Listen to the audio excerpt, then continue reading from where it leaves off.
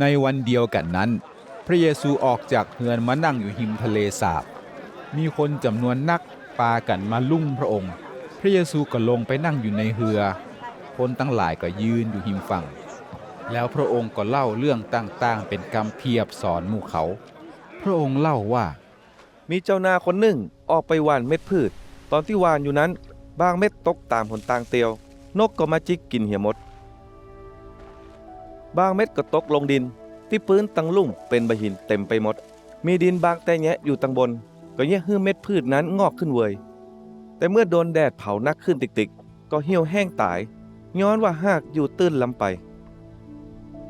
บางเม็ดตกกลางป่าน้ำต้นน้ำนั้นก็ใหญ่ขึ้นมางามต้นนั้นเหี่ยหมดแต่มีบางเม็ดตกบนดินดี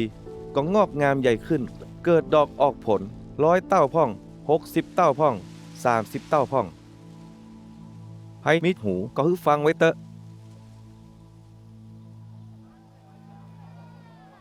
หมู่สาวกปากันมาถามพระเยซูว่าเป็นจะได้อาจารย์ถึงสอนคนตั้งหลายหมดนั้นเป็นกำเพียบพระเยซูตอบว่าข้อล้ำลึกเรื่องแผ่นดินของสวรรค์โพดคือท่านทั้งหลายหูได้ส่วนบุคคลอื่นๆนั้นบ่โพดคือไผหูสักคนคนที่เข้าใจอยู่แล้วก็จะเข้าใจนักขึ้นจนเหลือล้นส่วนคนที่บ่เข้าใจกับบ่สนใจนั้นแม้สิ่งที่เขาเข้าใจพระเจ้าก็จะแยกให้เขาบ่เข้าใจแหมเลยย้อนจะอ่านเฮาจึงได้อู้ได้สอนหมู่เขาเป็นกำเพียบเพื่อหมู่เขาพอแล้วพอแหมก็บ่หันฟังแล้วฟังแหมก็บ่ได้ยินกับบ่เข้าใจก็เป็นไปตามกรรมที่อิสยาห์ผู้เป็นปากเป็นเสียงแทนพระเจ้าได้บอกไว้ว่าหมู่เจ้าจะฟังแล้วฟังแหมแต่จะบ่เข้าใจจะพอแล้วพอแหมแต่จะบ่หันย้อนจิตใจของคนหมู่นี้ลึงหมู่เขาปิดหูปิดตาเหียถ้าบ่จะอ่านหมู่เขาก็จะหันกับตาได้ยินกับหูเข้าใจด้วยจิตใจของหมู่เขาแล้วปิกมาหาเฮาเพื่อให้เฮารักษาหมู่เขาให้หายดีแต่หมู่ต้านได้หันกับตาได้ยินกับหูก็เป็นสุขเฮาบอกความจริงแก่ท่านทั้งหลายว่าหมู่ผู้เป็นปากเป็นเสียงแทนพระเจ้ากับหมู่คนยำเก่งพระเจ้าทั้งหลายใครหันสิ่งที่ท่านทั้งหลายหันแต่ก็บ่เคยหันใครได้ยินสิ่งที่ท่านทั้งหลายได้ยินแต่ก็บ่เคยได้ยินฟังให้ดีเน้อต่อไปนี้เป็นความหมายของกำเพียบเรื่องคนหว่านเม็ดพืชที่เอาเม็ดพืชไปหว่านคือว่าแม้ที่ตกตามหนทางเตียวก็เหมือนคนที่ได้ฟังเรื่องแผ่นดินของพระเจ้าแต่บ่เข้าใจแล้วซาตานก็มาลู่เอากรรมนั้นที่หว่านลงในใจของเขาไปเหียเม็ดที่ตกลงดินที่ปืนตั้งลุ่มเป็นบ่หินเต็มไปหมดเหมือนคนที่ได้ฟังถ้อยกรรมแล้วก็รับถ้อยกรรมนั้นไว้บ่เดียวนั้นอย่างชื่นชมยินดีแต่หากลงดินบ่ลึกอยู่ได้บ่เมินเมื่อเกิดปัญหาก็ว่าโดนค่ำย้อนถ้อยกรรมนั้นเขาก็เลิกเชื่อไปเหียเม็ดที่ตกกลางป่าหนามนั้นก็เหมือนคนที่ได้ฟังถ้อยกรรมแล้วแต่ยังเป็นห่วงเรื่องต่างๆเกี่ยวกับชีวิตในโลกนี้กับหลงมัวเมาเข้าของเงินคำสิ่งมูนี้ก็มางำถ้อยกรรมไว้เนี่ยให้ถ้อยกรรมนั้นบ่เกิดผลในชีวิตส่วนเม็ดที่ตกบนดินดีก็เหมือนคนที่ได้ฟังถ้อยกรรมแล้วเข้าใจคนนั้นก็เกิดดอกออกผล100เต้าพ่อง60เต้าพ่องก็ว่า30เต้าพ่อง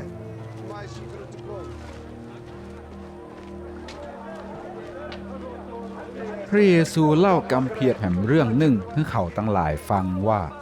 แผ่นดินสวรรค์เพียบเหมือนคนหนึ่งคัดเข้าเจือดีมาหว่านในนาของเขาตกตอนเมื่อคืนนั้นเมื่อคนรับหมดแล้วศัตรูของเขาได้มาหว่านหญ้าข้าวนกลงไปในนาตัดตี้เดียวกันแล้วก็หนีไปเมื่อถึงเวลาเข้าเจือดีนั้นออกงวงหญ้าข้าวนกก็งอกงามขึ้นมาตวยหมู่คนทับใจก็ถามนายของเขาว่านายครับนายหว่านเข้าเจืออย่างดีลงในนาบ่ใจกาแล้วหญ้าข้าวนกขึ้นมาได้จะใดนายตอบว่าศัตรูเนี่ยคนทับใจถามว่านายจะฮื้อหมู่เฮาไปลกเอาหญ้าข้าวนกออกขว้างเหี่ยก่อนก่อนายตอบว่าบ่ได้เนี่ยย้อนกลัวว่าตอนลกหญ้าข้าวนกจะลันลกใส่เข้าเจือดีติดมือออกมาตวยปล่อยฮื้อถึง2ใหญ่งามไปตัวกันก่อนจนถึงหน้าเกี่ยวก็ได้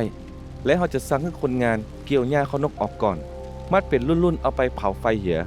แล้วปิกมาเกี่ยวข้าวเจือดีนั้นเอาไปเก็บไว้ในหล่องข้าวของเฮาพระเยซูเล่ากำเพียบแห่งเรื่องหนึ่งให้เขาฟังว่าแผ่นดินสวรรค์เพียบเหมือนเม็ดมัสตาร์ดเม็ดหนึ่งที่คนหนึ่งเอาไปปลูกไว้ในสวนของเขาเป็นเม็ดน้อยที่สุดในหมู่เม็ดพืชทั้งหลาย แต่เมื่อใดใหญ่ขึ้นมาก็สูงใหญ่เหลือหมู่พืชสวนจะกลายเป็นเก้าไม้ที่นกมาแป่งหางบนกิ่งของเก้านั้นได้ พระเยซูก็เล่ากำเพียบแห่งเรื่องหนึ่งให้เขาฟังว่า แผ่นดินสวรรค์เพียบเหมือนเจือผงฟูที่แม่หญิงคนหนึ่งเอามาสูนกับแป้ง3 ถังเจือนั้นก็แยกให้แป้งนั้นปุขึ้นตึงหมด พระเยซูเล่าเรื่องตึงโมดนี้ให้คนทั้งหลายฟังเป็นกำเพียบ นอกจากกำเพียบแล้วพระองค์บ่ได้อู้อะอย่างเลย ย้อนจะอั้นก็เป็นไปตามที่ผู้เป็นปากเป็นเสียงแทนพระเจ้าเกยอู้ไว้ว่า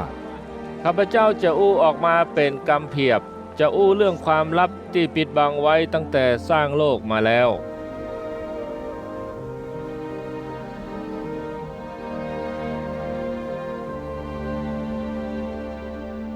พระเยซูและเอามาจากหมู่คนตั้งหลายเข้าไปในเฮือนหมู่สาวกเข้ามาหาพระองค์อู้ว่า ช่วยอธิบายเรื่องหญ้าเข้านกในนานั้นให้ฟังหน่อยเตอะ พระเยซูตอบว่า คนที่หวานเข้าเจือดีนั้น คือบุตรมนุษย์หน้าก็เพียบเหมือนโลกนี้เข้าเจือดีก็เพียบเหมือนคนของแผ่นดินสวรรค์หญ้าเข้านกเพียบเหมือนคนของมารศัตรูที่เข้ามาหว่านเม็ดหญ้าเข้านกนั้นก็คือมารหน้าเกี่ยวเข้าเพียบเหมือนเป็นวันสิ้นโลกหมู่คนงานที่ปากันเกี่ยวเข้าก็เพียบเหมือนหมู่ทูตสวรรค์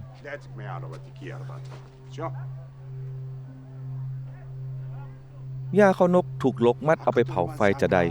ในวันสิ้นโลกคนของมารก็จะถูกปาไปเผาไฟจะอั้นบุตรมนุษย์จะส่งหมู่ทูตสวรรค์ของพระเจ้ามา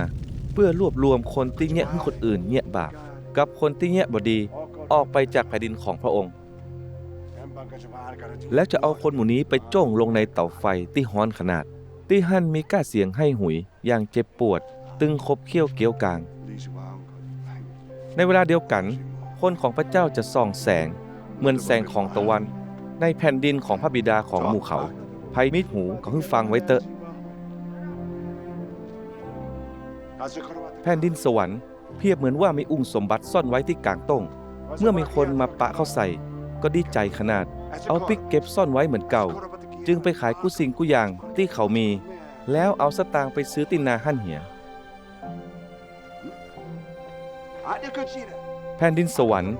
ก็เพียบเหมือนพ่อกาไปเสาะซื้อไข่มุกเม็ดงามเมื่อปลาไข่มุกล้ำก้าเม็ดหนึ่งเขาก็ไปขายกู้สิ่งกู้อย่างที่เขามีเพื่อเอาสตางค์ไปซื้อไข่มุกงามเม็ดนั้นแถมอย่างหนึ่งแผ่นดินสวรรค์เพียบเหมือนอวนที่ลากป่าอยู่ในทะเล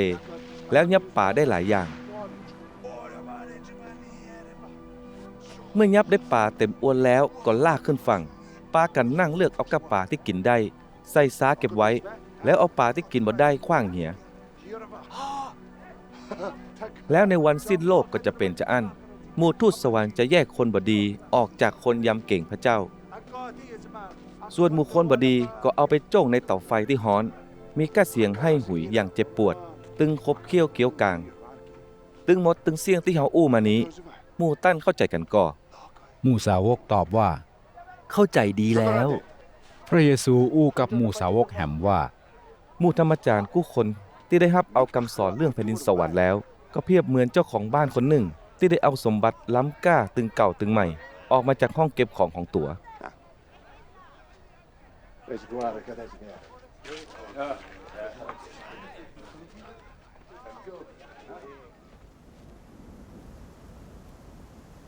เมื่อพระเยซูเล่ากำเพียบต่างๆแล้วพระองค์ก็ไปจากที่หั่นปิกไปเมืองนาซาเรตบ้านของพระองค์แล้วสั่งสอนคนในธรรมศาลาของเจ้ายิวหมู่เขาก็พากันงืดอู้กันว่า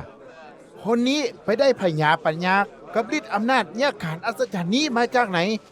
เขาเป็นลูกสลาไม้แม่ชื่อมารีมีน้องบ่าวชื่อยากอบโยเซฟซีโมนกับยูดาสบ่ใจกาน้องสาวกู้คนก็อยู่เมืองเดียวกันกับหมู่เฮาตอยบ่ใจกาแล้วเขาไปได้สิ่งต่างๆหมู่นี้มาจากที่ไหนกันหมู่เขาต้องยอมรับพระองค์อู้กับหมู่เขาว่าผู้เป็นปากเป็นเสียงแทนพระเจ้านั้นจะได้รับเกียรติในกุกุติยกเว้นในบ้านเมืองเดียวกันกับครอบครัวของตัวต่ออันพระเยซูก็บ่ได้เงี่ยการอัศจรรย์ที่หั่นนักเท่าใดย้อนว่าหมู่เขาบ่มีความเชื่อ